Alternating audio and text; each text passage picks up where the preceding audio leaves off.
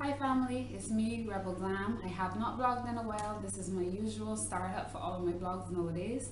I know. How are you doing? Did you miss me? I hope you're okay. Today is a very important vlog, and to tell you the truth, oh, I didn't introduce. Here's Miss Mimi. That's what I call her for short. This is my new addition to my family. Now, as I said, as I was about to say, this vlog is very important because it's an issue that's very dear to my heart, an issue that I am not over, and I don't know when I'll ever get over, and I think that it needs to be discussed. If you saw last week Sunday's Easy magazine, Happy New Year to you by the way, you would have seen an article with me in it, and I was talking about my new book. Ooh.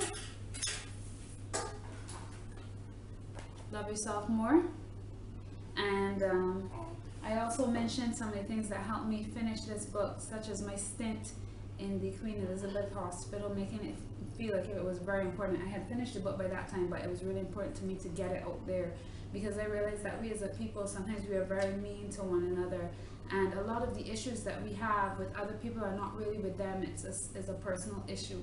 And I think that this book can help many people, and whenever I read it over, it does help me. I'll tell you more about that at another time. This blog is to talk about the wicked so-and-so people that really need to step it up and be better, not just for their own personal sake, but for the sake of everybody they come into contact with.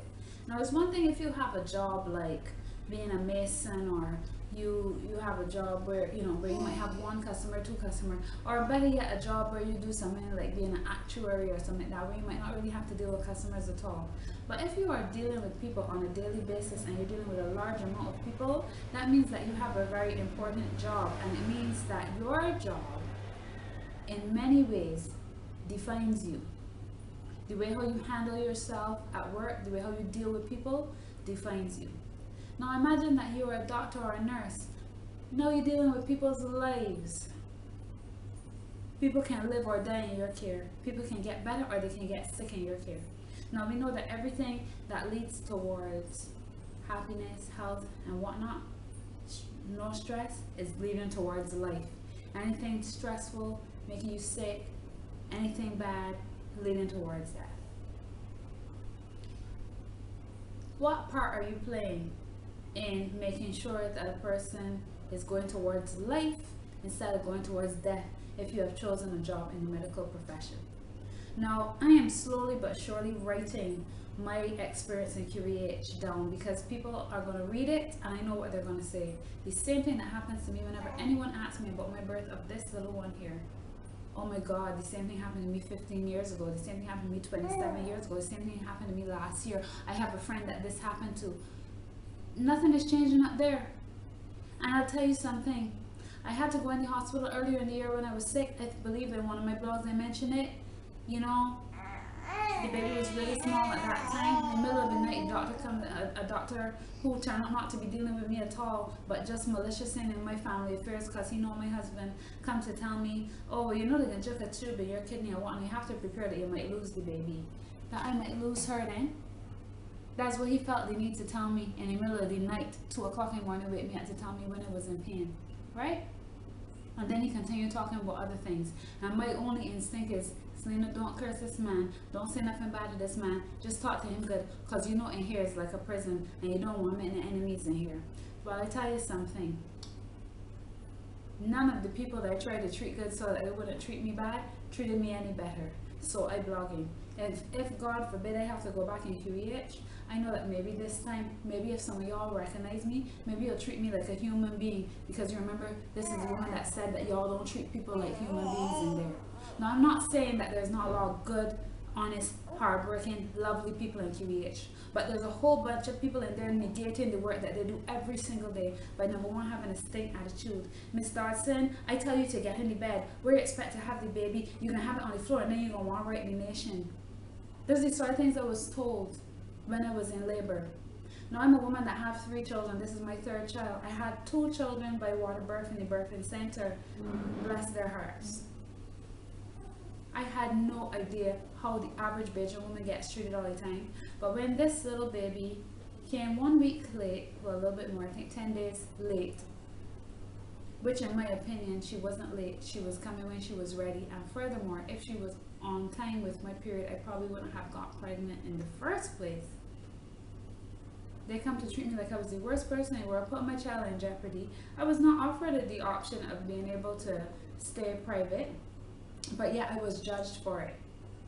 And you know, as I said, I'm going to write about this because talking about my own experience is a bit rough for me right now, especially to be putting on the internet, because it really traumatized me. And when I came home, I was like, the baby's perfect, and I was still crying because I could not believe that somebody as awesome as me could go creation and get treated so bad, right? And I couldn't believe that I had to go in there again after I was so glad. I walked slowly out of that hospital because I could not bear to be there anymore. But I was still sick, but I realized that people thought I was better enough to go home. I said, praise God, well, let me keep up this facade. And I went home and lay down for 2 weeks sick because I didn't want to be in the hospital no more. What about the people that get stuck there? What about the people who you tell them that the baby come in like how I did? They don't listen. Hold on. Or like I was told, my child born at 4 a.m. I was told wait till 6 a.m. when the doctor come, he would deal with me. Oh, but the baby out though. Huh? What about people like that that push the child and the child dropped on the floor and died? Why are we not acting like these are people's lives that we play with? And why are we blaming? And furthermore, why are we shaming? Because I've heard these stories about women who gone in there and hear, oh, when it was going in, you ain't get on, so who are you talking to?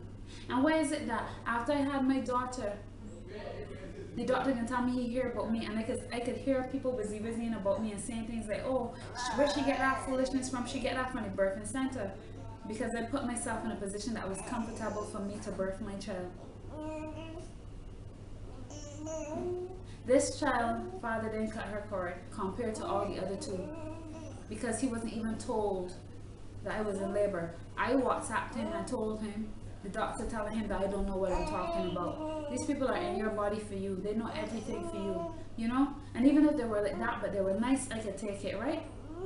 But the attitude is so sour and so disgusting. And you know, your life or your death sometimes just depending on who you get the day when you go in the hospital. It is not good enough. And I don't want to hear about any third world countries or anywhere else where this nonsense happening.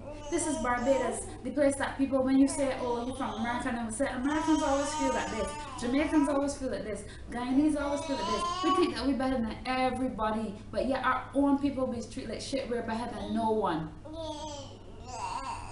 We are better than no one.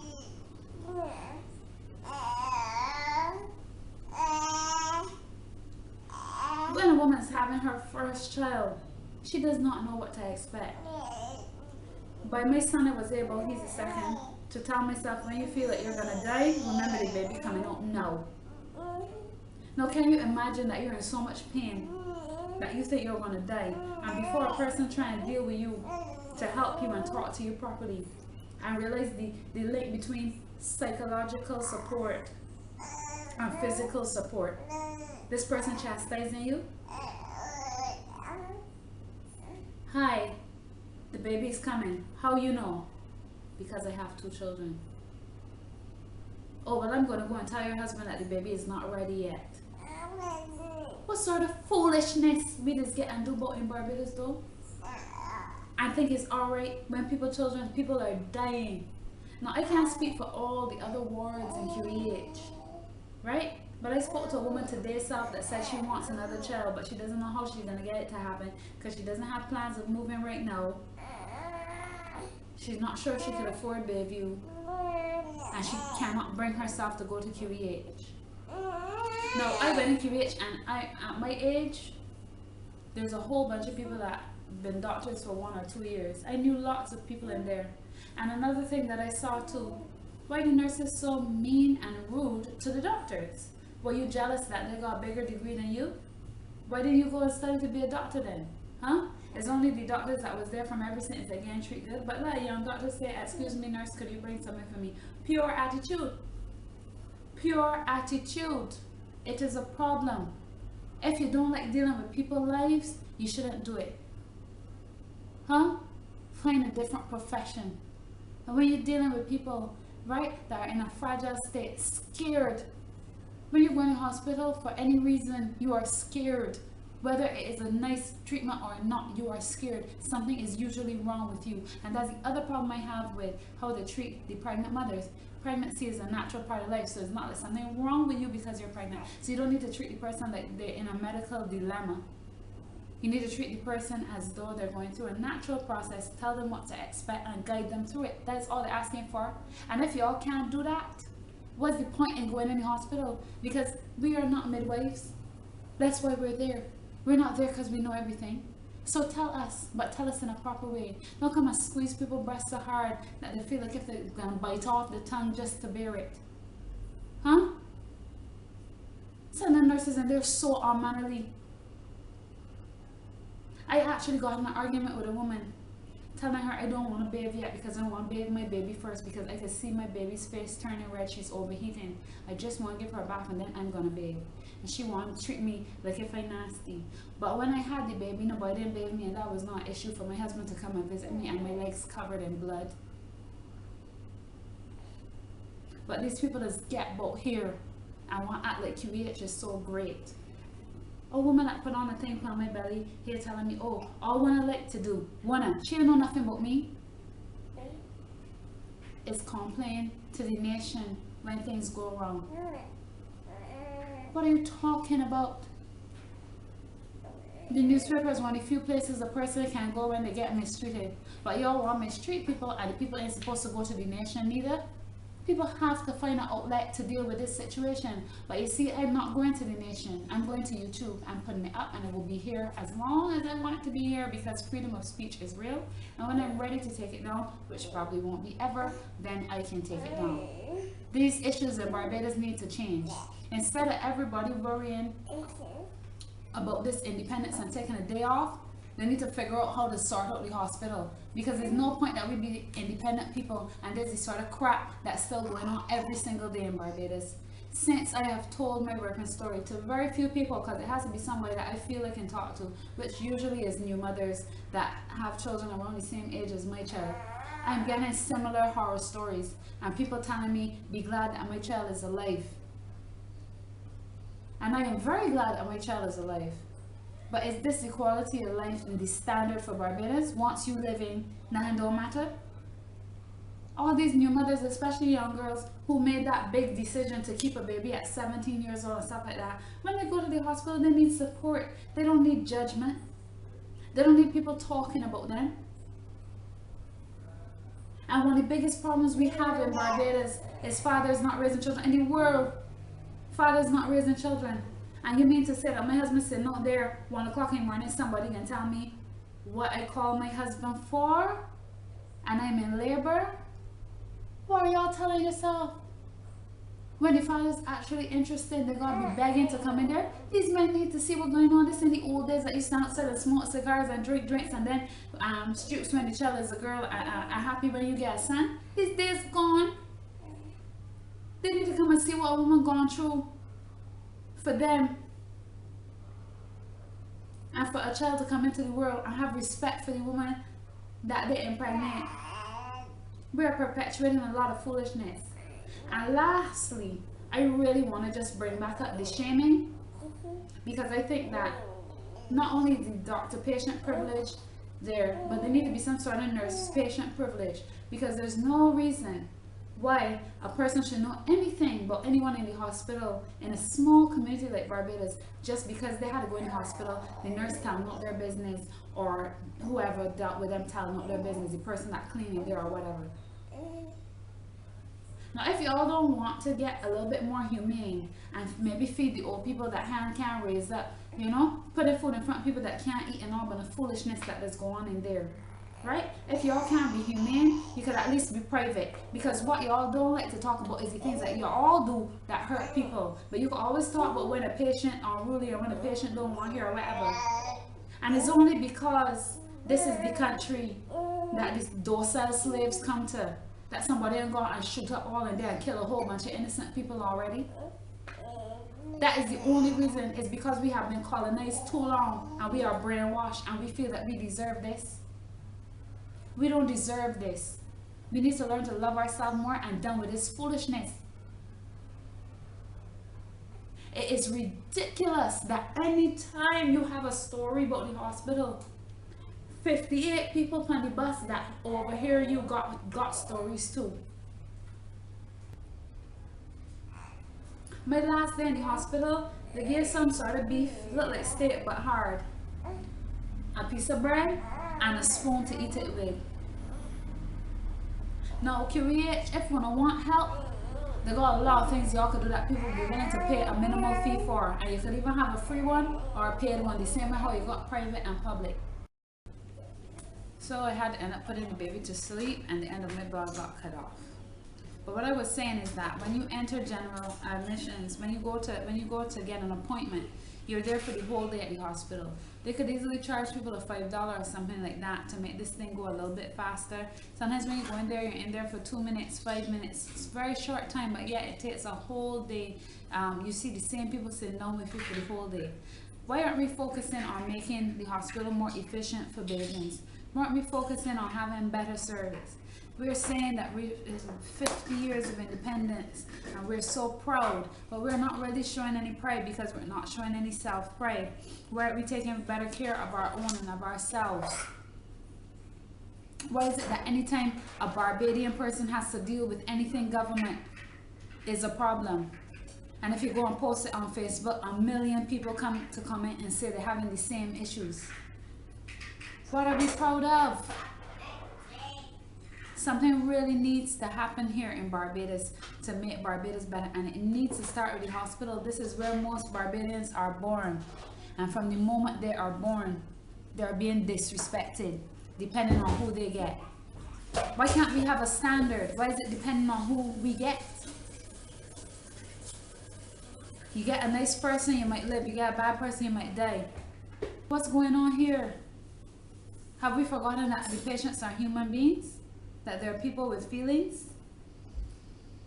I understand that to work inside the healthcare profession, you must desensitize yourself a little bit, or every time that something bad happens, you're going to go home crying. And there's many times when a person can do their best and somebody can still end up dying, or something bad can happen.